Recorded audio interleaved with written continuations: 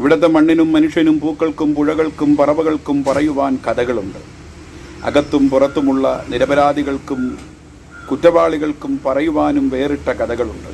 എല്ലാ കാലവും എല്ലായിടങ്ങളിലും ഇവരുടെ കഥകൾ ക്ഷമയോടെ കേട്ടിരുന്ന് വിധി നിർണയം നടത്തുക അസാധ്യമാണ്. ദൈവത്തിൻ്റെ കോടതി, മനസാക്ഷിയുടെ കോടതി എന്നീ ആത്മീക ആലങ്കാരിക പദങ്ങൾ അയവിറക്കി അന്ത്യനിമിഷങ്ങൾ വരെ ആശ്വാസം കണ്ടെത്തുന്നവർ അനേകരാണ്. ഇറാനിലെ ഒരു യുവതി റൈഹാന ജബാരി, ഒരു യുവാവ് തന്നെ ബലാത്സംഗം ചെയ്ത് കൊല്ലുവാൻ ശ്രമിക്കവേ കുത്തിക്കൊന്നു ശിക്ഷ അനുഭവിക്കപ്പെട്ട് വിധിക്കപ്പെട്ട് കിടക്കുന്ന ആ നിമിഷങ്ങളിൽ മാതാവിന് എഴുതിയ കത്ത്. ലോക നിയമങ്ങൾ, ലോക കോടതിയിൽ പരിഗണന ലഭിക്കാത്ത തൻ്റെ ശബ്ദം പ്രകൃതിക്കും സമൂഹത്തിനും ദൈവത്തിൻ്റെ കോടതിക്കും തൻ്റെ മനസ്സാക്ഷിക്ക് മുമ്പിൽ സമർപ്പിച്ച ആ എഴുത്ത് ശബ്ദമായി ഈ വീഡിയോയിൽ ഞാനിവിടെ തുന്നിച്ചേർക്കുകയാണ്. പ്രിയപ്പെട്ട ഉമ്മയ്ക്ക്, നമ്മുടെ രാജ്യത്തിൻ്റെ നിയമം അനുസരിക്കേണ്ട സമയം വന്നിരിക്കുന്നു. ജീവിതത്തിൻ്റെ അന്ത്യനിമിഷത്തിലാണ് ഞാൻ. അത് ഉമ്മ മനസ്സിലൊതുക്കി എന്നോട് പറയാതിരിക്കുകയാണെന്നറിയാം.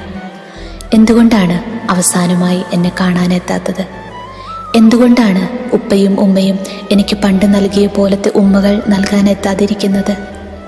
യഥാർത്ഥത്തിൽ ഈ ലോകത്ത് എനിക്ക് 19 വയസ്സുവരെ ജീവിക്കാനേ അവകാശമുണ്ടായിരുന്നുള്ളൂ. ആ രാത്രിയിൽ തന്നെ ഞാൻ മരിക്കേണ്ടതായിരുന്നു. എൻ്റെ ദേഹം നഗരത്തിൻ്റെ ഏതെങ്കിലും അഴുക്കുചാലിൽ വലിച്ചെറിയപ്പെടേണ്ടതായിരുന്നു. കുറച്ചു ദിവസങ്ങൾക്ക് ശേഷം ദ്രവിച്ചു പഴകിയ മൃതദേഹം തിരിച്ചറിയാൻ വേണ്ടി ഉമ്മയെയും കൂട്ടി അവർ പോകുമായിരുന്നു. ഞാൻ ബലാത്സംഗം ചെയ്യപ്പെട്ടതാണെന്ന് അന്ന് ഉമ്മ കേൾക്കുമായിരുന്നു. ധനികനും അധികാരമുള്ളവനുമായ കൊലപാതകിയെ ആരും അന്വേഷിച്ച് ചെല്ലുകയില്ല. അപമാനവും വേദനയും സഹിച്ച് ഉമ്മ പിന്നീട് ജീവിക്കേണ്ടി വരുമായിരുന്നു. കുറച്ചു കഴിയുമ്പോൾ ആ വേദനയാൽ നിങ്ങളും മരണപ്പെടും, അത്രമാത്രം. പക്ഷേ കഥ മാറ്റി എഴുതപ്പെട്ടല്ലോ. തെരുവിൽ കീറി വലിച്ചെറിയപ്പെടാത്തതിനു പകരമായി അവരെന്നെ ഏകാന്ത തടവറകളിലേക്ക് തള്ളി. എല്ലാം വിധിയാണെന്ന് കരുതാം. ഒരിക്കലും പരാതിപ്പെടരുത്. കാരണം മരണമൊരിക്കലും ജീവിതത്തിൻ്റെ അവസാനമേ അല്ല. ഉമ്മ എന്നെ പഠിപ്പിച്ചിട്ടില്ലേ, ഓരോരുത്തരും ഈ ലോകത്തേക്ക് കടന്നു വരുന്നത് അനുഭവങ്ങൾ നേടാനാണെന്ന്, പാഠങ്ങൾ പഠിക്കാനാണെന്ന്, ഓരോരുത്തർക്കും അർപ്പിതമായ കടമകൾ നിറവേറ്റാനാണെന്ന്. നിങ്ങൾ തന്നെയല്ലേ എന്നെ പഠിപ്പിച്ചത്? ഓരോ ജന്മത്തിലും ഓരോ ഉത്തരവാദിത്തം നാം ഏൽക്കേണ്ടി വരുന്നു. ചിലപ്പോൾ പോരാടേണ്ടി വരുന്നു. സ്കൂളിൽ പോയാൽ വഴക്കും വക്കാണവും ഉണ്ടാക്കാതെ മാന്യമായി പെരുമാറണമെന്ന് ഉമ്മ ഞങ്ങളെ പഠിപ്പിച്ചിട്ടില്ലേ? പക്ഷേ ഇവരുടെ കോടതിയിൽ ഞാൻ ക്രൂരയായ ഒരു കൊലപാതകിയാണ്. ഞാൻ കണ്ണീർ വീഴ്ത്തില്ല. ജീവനു വേണ്ടി ആരോടും കെഞ്ചുകയുമില്ല. നിയമത്തെ വിശ്വസിച്ചതുകൊണ്ട് ഞാൻ മറുത്തൊന്നും പറയാതിരുന്നു. എങ്കിലും അവരെന്നെ കുറ്റവാളിയാക്കി.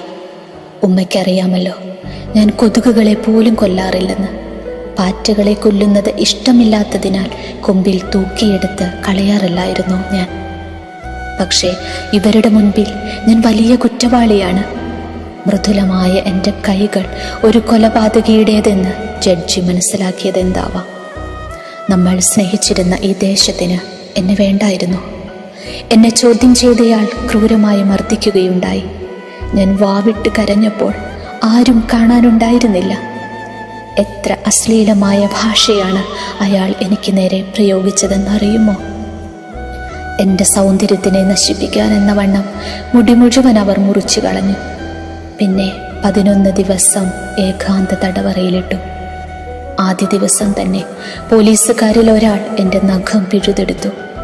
കാഴ്ചയിലും ചിന്തയിലും ശബ്ദത്തിലും കണ്ണിലും കൈയെഴുത്തിലും ഒന്നും അവർ നല്ലതൊന്നും കണ്ടില്ല.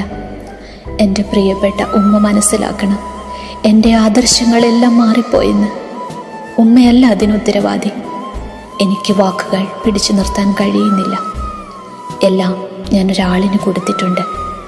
ഉമ്മയെ അറിയിക്കാതെയോ ഉമ്മയുടെ സാന്നിധ്യത്തിലല്ലാതെയോ ഞാൻ വധിക്കപ്പെട്ടാൽ അതെല്ലാം ഉമ്മയ്ക്ക് നൽകും. ഒരുപാട് കാര്യങ്ങളാണ് ഞാൻ എഴുതിയിരിക്കുന്നത്. എൻ്റെ ഉമ്മ ഒരിക്കലും കരയരുത്. മരിക്കുന്നതിന് മുമ്പ് ചില കാര്യങ്ങൾ ഉമ്മ എനിക്ക് ചെയ്തു തരണം. ഉമ്മയുടെ എല്ലാ കഴിവും ശക്തിയും ഉപയോഗിച്ച് അത് ചെയ്യണം. ഉമ്മയിൽ നിന്നും, ഈ രാജ്യത്തു നിന്നും, ഈ ലോകത്തു നിന്നും അതുമാത്രമാണ് ഞാൻ ആവശ്യപ്പെടുന്നത്. ഈ ആവശ്യം നിറവേറ്റാൻ ഉമ്മയ്ക്ക് സമയം വേണമെന്നറിയാം. എൻ്റെ വിൽപത്രത്തിൻ്റെ ഒരു ഭാഗം ഉമ്മയെ അറിയിക്കും. അത് കണ്ട് കരയരുത്, ശ്രദ്ധിച്ചു മനസ്സിലാക്കണം. പിന്നീട് കോടതിയിൽ പോയി എൻ്റെ അപേക്ഷ അവരെ ബോധിപ്പിക്കണം. ജയിലിനകത്തു നിന്ന് ഒരു കത്തെഴുതി ഉമ്മയെ അറിയിക്കാൻ എന്നെ ജയിൽ മേധാവി അനുവദിക്കുകയില്ല. ഇക്കാര്യത്തിനു വേണ്ടി ഉമ്മ അവരോട് യാചിച്ചാലും കുഴപ്പമില്ല.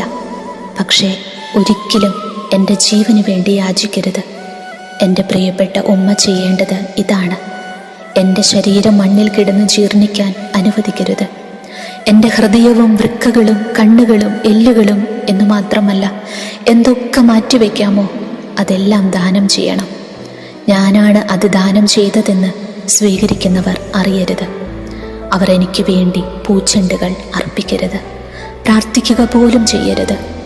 എൻ്റെ ഹൃദയത്തിൽ തട്ടി ഞാൻ പറയുകയാണ്: ഉമ്മയ്ക്ക് വന്നിരുന്ന് പ്രാർത്ഥിക്കാനോ കരയാനോ ഒരു കല്ലറ എനിക്ക് വേണ്ടി കരുതരുത്.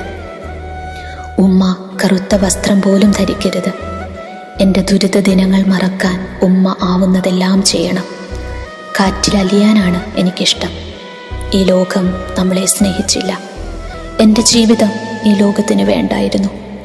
അത് ഞാൻ ത്യജിച്ച് മരണത്തെ പുൽകുന്നു.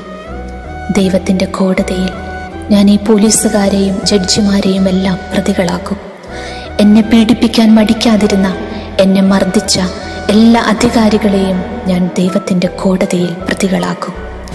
എൻ്റെ അവകാശങ്ങൾ ചവിട്ടിമെതിക്കപ്പെട്ടതിനും എന്നെ കുറ്റക്കാരിയാക്കിയതിനും അവർ ദൈവത്തിൻ്റെ കോടതിയിൽ വിസ്തരിക്കപ്പെടും. ആ ലോകത്ത് വിധി പറയുന്നവർ എൻ്റെ ഹൃദയാലുവായ അമ്മയും ഞാനുമായിരിക്കും. തീർച്ച, അവർ കുറ്റം ചുമത്തപ്പെട്ടവർ തന്നെയായിരിക്കും. എല്ലാം ദൈവം നിശ്ചയിക്കട്ടെ. മരിക്കുന്നതുവരെ ഉമ്മയെ കെട്ടിപ്പിടിച്ചിരിക്കണമെന്ന് വല്ലാതെ ആഗ്രഹിച്ചു പോകുന്നു.